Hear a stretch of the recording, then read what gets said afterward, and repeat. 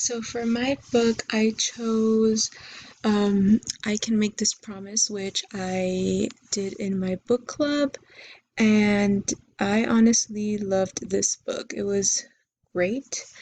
Um, so basically, I let me give you some prior knowledge before I read the excerpt.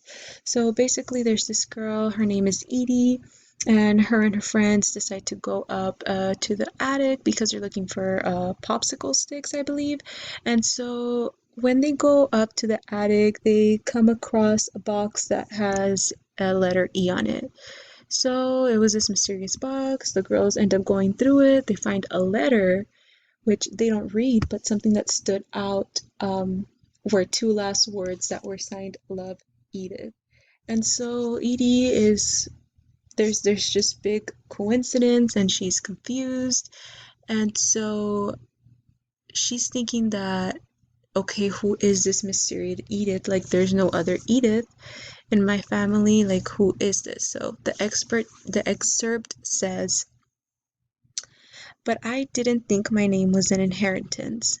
My parents have never mentioned any other Ediths. As far as I know, none exist in our family tree. So who is this woman? Where did this box come from? What does this all mean? Amelia places a small, gentle hand on my knee. It looks like your parents have been keeping secrets from you. And so I decided to choose Teak 6.7b. So I would use this excerpt to teach to do a mini lesson on Teak's 6.7b, which is analyze how the characters' internal and external responses develop the plot.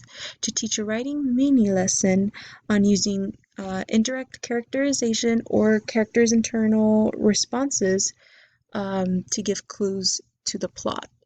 So I would use this to teach how the characters' responses or the indirect characterization of Edie is used and how that gives clues that will lead in towards basically the plot of this whole story, which is finding who E is, or that mysterious new Edith.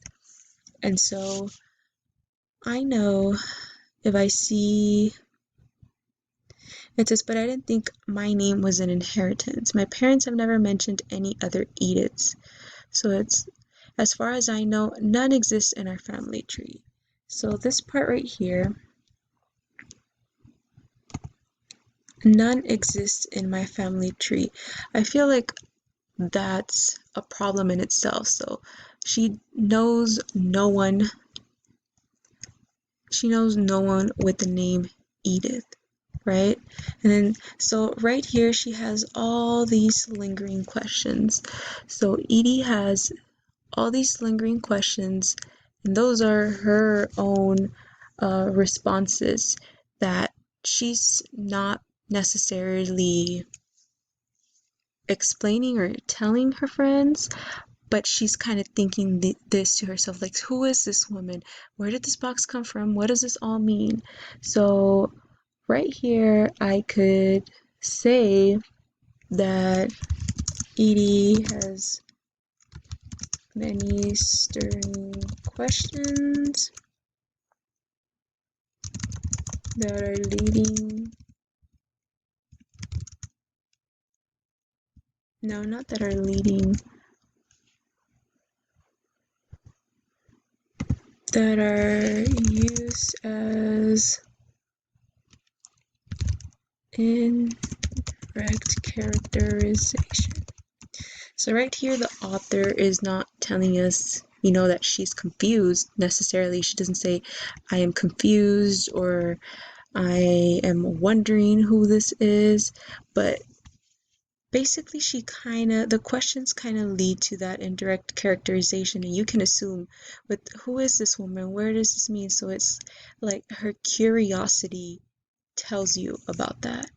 And so another thing that I liked from this excerpt that I could use is when one of Edie's friend Amelia says, it looks like your parents have been keeping secrets from you.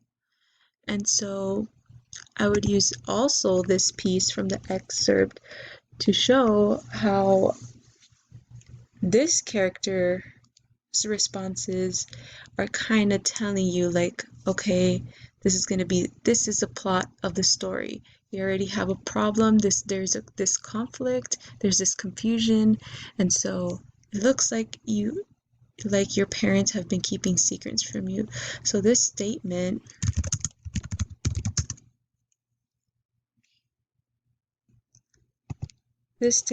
shows a direct response from Edie's friend, Amelia. And so this right here, she places a small gentle hand on my knee. Looks like your parents have been keeping secrets from you. So that in itself, it tells you how this, statement or remark from Amelia is describing and this would show how Amelia's response is developing to the plot of the story, which is who is this Edith, and who is she, where is she, how is she related to me, and why does my mom have this box in the attic hidden from me?